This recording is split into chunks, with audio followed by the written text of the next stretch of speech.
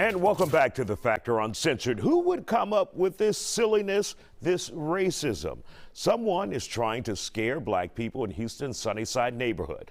A flyer posted on a tree alluding to a slave auction. It mentions the, quote, great sale of Negroes with a date that reads November 11th, 1855. This isn't the first time we've seen this here in our town. Joining us now here on The Factor Uncensored, Black Lives Matter Houston founder Ashton Woods. Recently, we've had a lot of people come forward saying that racist flyers have been posted in their neighborhoods. This is something new. This is something you just brought to us today. Yeah. What is this all about? I live not too far from that part. I live in Sunnyside. First of all, we have to acknowledge that racism exists. We see it when they try to change our curriculum in education so that we can't talk about racism and we can't talk about what would make white people uncomfortable. But it is our local Republicans, our state Republicans, and our national Republicans that have incensed people and incited people to violence towards black AAPI people and Latinos. And when you think about the black and brown population, we're the majority of the city, but we lack control of it. And because of that, regardless of who's in the position that might look like us, it doesn't mean that they always represent us. So things like this go under the radar until we start getting loud. And tell us more about this specific incident, though. This is in a park in Sunnyside. Tell us everything you know. As far as I know, a friend of mine posted it on Facebook and I shared it. It was at Sunnyside Park, which is on Belford and Belford and Kamal, so between 288 and Scott. And as you know, that is a predominantly black area. That's Third Ward, Sunnyside, and that speaks to the idea that housing is getting expensive. More and more white people are moving into neighborhoods through gentrification. We know what that looks like in other cities. We know the racism behind that systemically. So it's not surprising that someone would either come from Pearland or a point south or north into the city to do what they did. That's what they did when we were protesting for George Floyd. They were the ones breaking the windows, but we were the ones that got blamed. Now, we don't know definitively that someone white walked into this neighborhood and posted that. What we know is it has been posted. Aside from Kanye being a fool, the only people who I know there are a lot of Latinos who are allies to the black community, but there are also racist Latinos, just like there are black people who don't like black people that present the anti-blackness. But the reality is that ain't no black person or brown person got the time for that. We too busy choosing between the light bill and the dollar menu and the babysitter. We ain't barely got time to watch the damn news. So it ain't us, it's somebody living with privilege. And most likely it was a white person.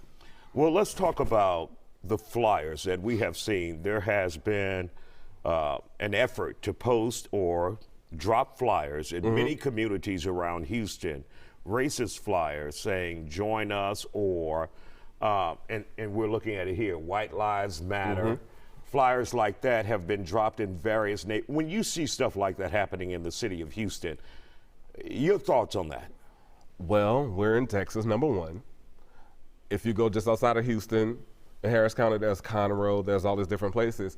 We have over 20 white supremacist organizations that are clocked by the Anti-Defamation League right here in Harris County alone. Some police officers that work for HPD were at the insurrection on January 6th.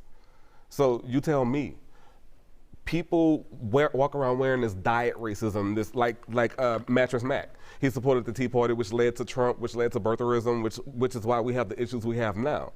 The language that they were using, the epithets that they use against us, it's just like in the last segment.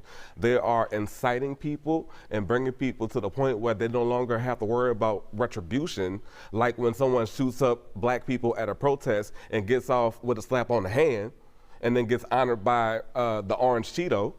So what do you expect me to say except for there are people coming in and out of the city. We live in a very localized area, and we are a melting pot. And I don't like using that word, but we're a very mixed area, but also Houston is extremely segregated. And when you think about the areas where they are and the timing of it, early voting starts next week. We know what the election interference looks like. We know we have a bunch of fascists like Alexandria Miller running against Lena Hidalgo, who's done a great job in using Trumpism. And so when you think about how all of these things work together and connecting the dots, Brother Derek Muhammad always say, I had a dream. I had a dream I was at an MLK parade, and it goes on and so forth. And then when we get to the statue, it's a statue of a white man instead of MLK.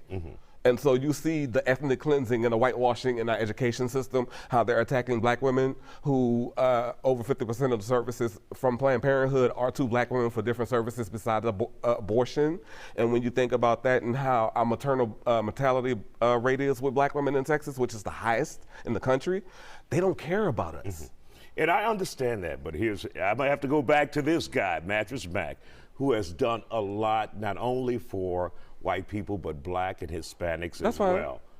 Good intentions. We don't want to just... No, I don't care. Good intentions. I know you don't care. Good but intentions. We have to stick to the facts, and this is not the fact a guy is who he gave millions of dollars to the Tea Party. This is not a guy who's been known as a racist in this community. He's given back. He's so a MAGA. I can't let you just roll over. We're going to have to agree to there. disagree, but he's giving money to Tea Party Republicans like Ted Cruz, who the Tea Party doesn't exist. But that's political. And also, and that's what I'm referring to, you can give all of the good deeds you want to the people of Houston. We're all obliged to look out for the next person. However, we should also be held responsible for our leanings, when especially those leanings say that black people should not have the right to vote, that put people in that can't have education the right way. All right, out of time, but we can't just let you do that. We'll be back. I did.